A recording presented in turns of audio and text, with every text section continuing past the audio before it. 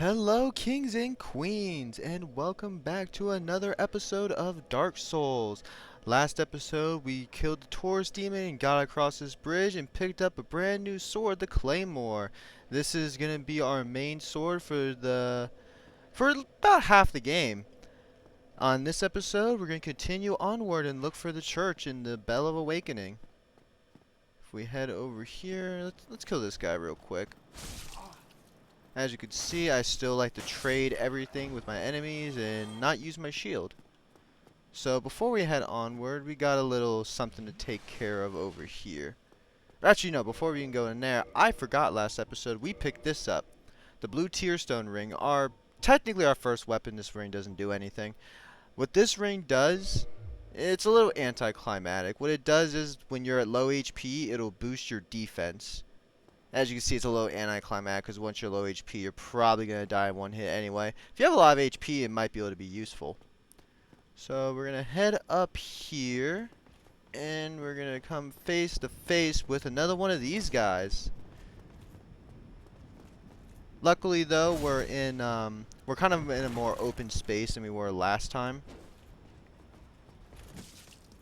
So it's a lot easier to just circle around him. He has a different weapon. The last one had the normal Black Knight sword. This guy has the Black Knight Ultra Sword, which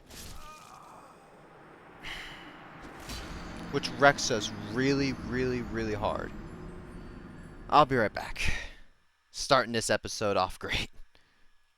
So what I was going to say before I was really interrupted, the Black Knight Ultra Sword, you're pretty much going to see what enemies had to deal with when they were using this. God. When they were using this Y-hander against us. Oh my god, I just put myself in the worst situation.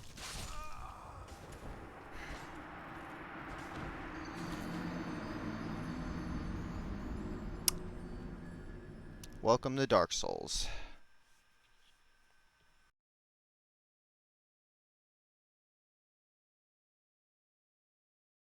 You can't really just hug behind your shield as much as you were, because he's just gonna plow right through it.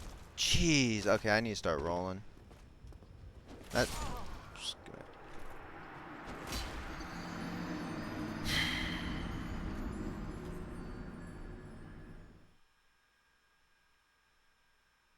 Just breathe, Ricky. Just breathe.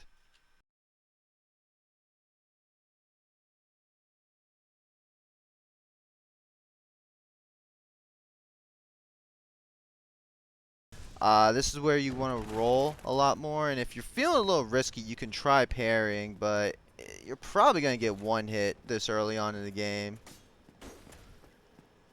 I recommend just circling around him. If you're feeling a little scared about certain attacks, just roll out of the way. The attacks are very telegraphed. Let's see if I can parry him. There we go. As you see, parries do a little bit more damage, so you do get a little bit more reward, but a lot more risk. But once you get good at it, and once you kind of just figure out enemies' timing, it's not the hardest thing in the world to pull off. Oh wow, we got another chunk. Jeez, we are getting a lot of chunks. Black Knight weaponry is very, very powerful. We can't even think about using this weapon right now, but if we could, boy oh boy, we'd be steamrolling through the game. Each one of the Black Knights has a chance to drop their weapons. There is a way later on to farm for it, so don't worry if you miss one. We head on through here, and you're going to see a whole bunch of enemies.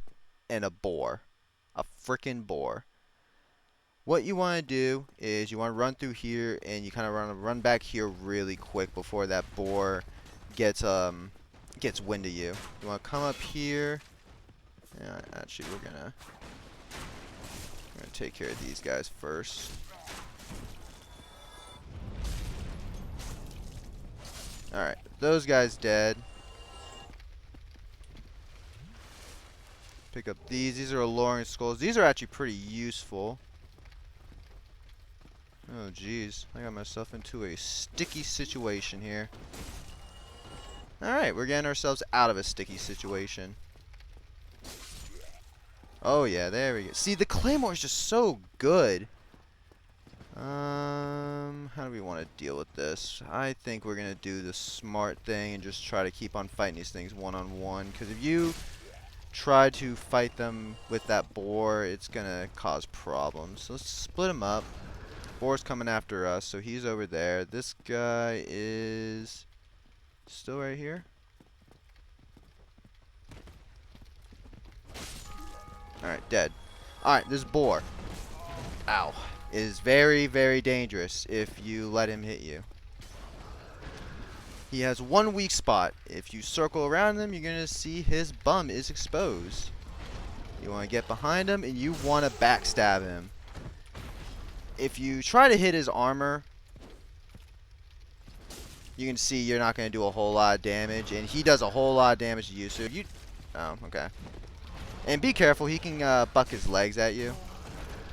And I guess when he's on stairs, he's invincible to backstabs. But as long as you get behind him and you're just careful about it, he's not too bad. If you saw earlier, that guy ran back there and closed the gate. You can actually run by really fast and beat him there and skip a large part of this area, but we're not about skipping parts of areas. We're about suffering through everything. So if you go through here, what you're going to want to do, you're going to think, oh, let me chase him. Don't do that, because he has friends. Friends that die very easily. You can keep on going, just slowly. My advice is just slowly pick away at the enemies. Especially these guys. These guys... Oh, wow, I didn't want to hit them. These are the kind of guys that will overwhelm you if you allow them to. But one at a time, they're really not bad.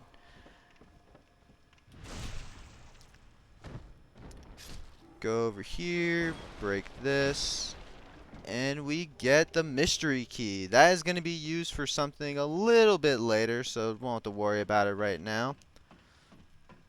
We're going to climb up this ladder here. Take out these two guys. Look at that. I'm learning. I'm using my shield. Not taking any damage. We're going to be skillful and grab that. And then up this ladder.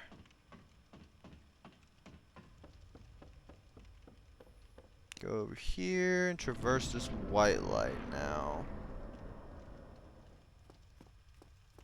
We're going to head over here. And we're going to meet the first of many Baldur Knights. Now, these guys are a little unique. These guys drop a very, very unique weapon, the Baldur Side Sword. This is an excellent, excellent, excellent weapon for Dex.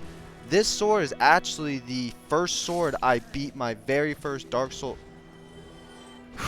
I thought I got it there. If I got it there, the whole build would have changed. Anyway, the Baldur Side Sword is the first weapon in the game that I've beaten Dark Souls with. I was very lucky and got it like my very first run through here, and my friend told me, he's like, hey, you want to do a Dex build? Do that. And I was like, yeah, sure, I'll use it. It is a fantastic, I believe it's a thrusting sword. That's what it's labeled under. It has a wide variety of slashes. It has stabs. It's very quick. Does a lot of damage really, just really quickly. Overall, a fantastic weapon. If you are lucky enough to get one early on, I definitely recommend using it. It is a very rare drop. I think it's a 1 or 2% drop from those guys. So, like I said, okay, that could have been really bad. But like I said, if you are lucky enough to get it, definitely use it. They also drop their armor, which is almost as ugly as the chain armor, but we're not going to talk about that as much as the side sword.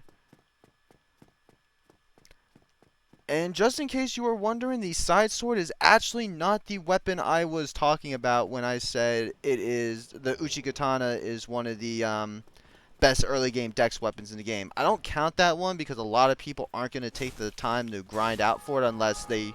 Oh no, oh no. Unless people take the time to grind for it. Ooh, that was a really good block on his part. As you can see, the claymore, though, just the variety in its moveset. This poke has so much reach and just gets you out of the way of so many things. That basement key also going to be used for later. Let's reopen this up, and now we have the... I don't think this stays open. I think if it respawns, he can run back here and reclose it, but not going to worry about that. We're going to head through here, and it looks like we made it to the church. Uh-oh. I forgot about that guy hiding back there. As you can see, that guy has a different shield. He has a buckler. He is an enemy that will parry you. Early on, the skeletons are also enemies that will parry. Oh god, this is not ideal.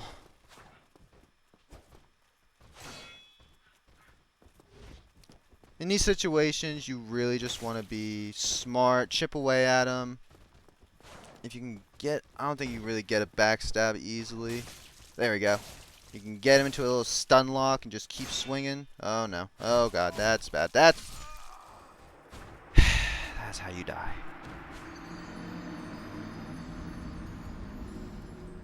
Dark Souls tip. I don't know how many tips I've given, but this is another Dark Souls tip.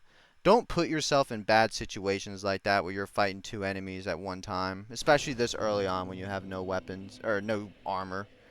I will be right back when I get back there. As you can see here, the boar actually doesn't respawn. Oh my god. That actually just happened. So our souls on the ground are now gone forever. And the humanity that was also on the ground is gone forever. Oh, why did I let that happen? I just had to be cool and not heal. I'll cut back when I'm back at the stairs. Alright, and we're back. A little defeated on the inside, but we're back. We're gonna head through here. We're gonna lure the first one out. Alright, so I think parrying them is probably gonna be the best course of action. Does this one aggro without this one?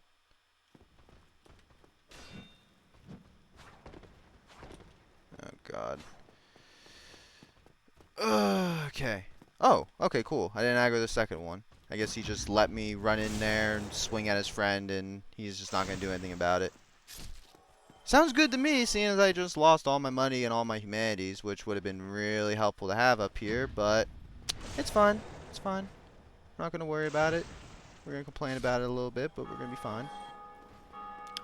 We come up here, and you actually want to run over here. As you saw, we got a sorcery casted on us. We do not want to be fighting that guy with sorceries being casted at our back. This is still not ideal, but this is a whole lot better. Let's try to clear out these guys real quick while eluding our friend, the Steel Knight. It's 2 down. Oh no. Oh my god, he missed. Oh, there is a god. Alright. Now that everything's dead, one-on-one time with him. This guy isn't too bad. He's really slow. Essentially, you just want to circle around him and just whittle away at his HP.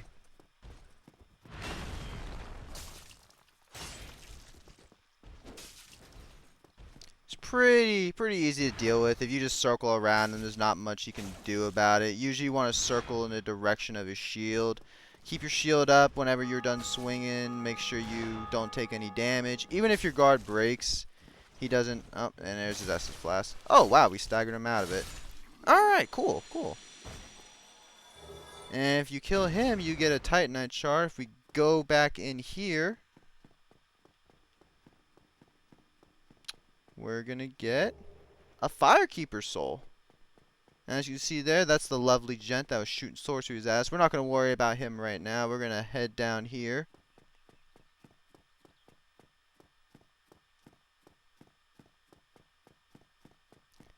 Keep on running through.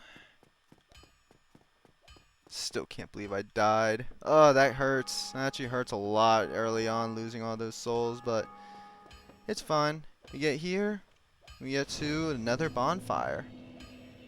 We rest here. And what I wanted to show off here, while humanity's in my counter, but I guess we're going to just do it the old-fashioned way. We're going to use 2 humanities. 1 to make ourselves human.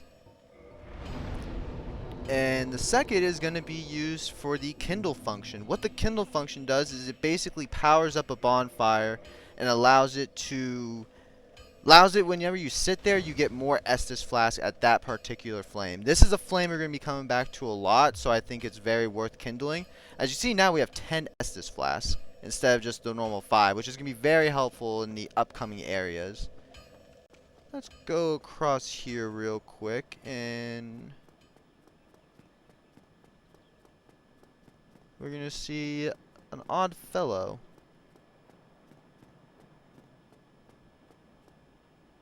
Hmm. Hmm. Hmm. Hmm. Hmm. Hmm. Oh, forgive me. I was absorbed in thought. I am Siegmeyer of Katarina. Quite honestly, I've run flat up against a wall, or a gate, I should say. The thing just won't budge, no matter how long I wait. And oh, have I waited. So here I sit, in quite a pickle, weighing my options, so to speak.